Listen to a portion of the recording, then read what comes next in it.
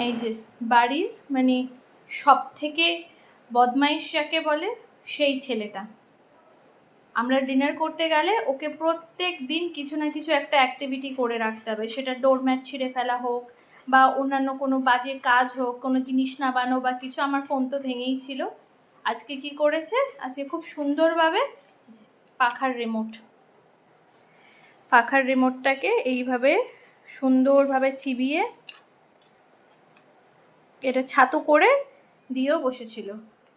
আর ও খুব ভালো করে জানে ও যখন দুষ্টুমি করে ওকে কী করতে হবে, সিধা খাটের নিচে পালাতে হবে।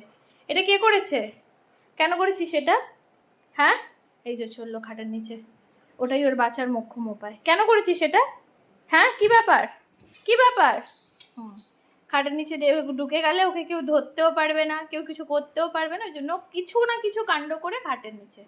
তাই এখন আমরা বুঝে গেছি মাইলো খাটের নিচে যাওয়া মানে মাইলো কিছু করেছে।